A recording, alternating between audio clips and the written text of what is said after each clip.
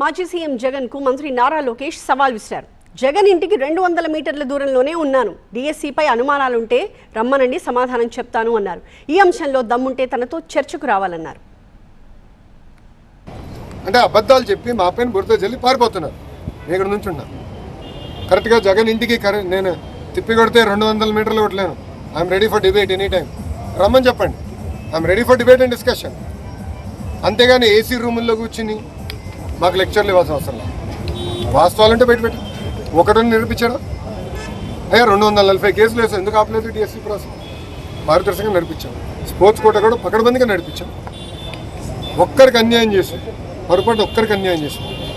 మేము కమిటీ కూడా పెట్టాం. ఎవరికైనా అన్యాయం జరుగుంటే మీరు వెళ్ళి కమిటీకి చెప్పండి. ఆ కమిటీలో సీనియర్ అధికారులు పెట్టి ప్రతి విషయం రివ్యూ చేస్తున్నాం. ఎందుకు వాళ్ళకి రాలేదు కూడా చాలా స్పష్టంగా చెప్పాం. ఇప్పుడు మా అధికారులందరూ టెక్నికల్ పైన ఆన్సర్ చేశారు. అక్కడి నుంచి సౌండ్ లేదు, జగన్ గారి దగ్గర నుంచి సౌండ్ లేదు. మళ్ళీ అదే అబద్ధం చెప్పడానికి ప్రయత్నిస్తున్నారు. మేము ఇచ్చిన సమాధానానికి దానికి రెస్పాన్స్ మీరు ఇవ్వాలని నేను డిమాండ్ చేస్తాను.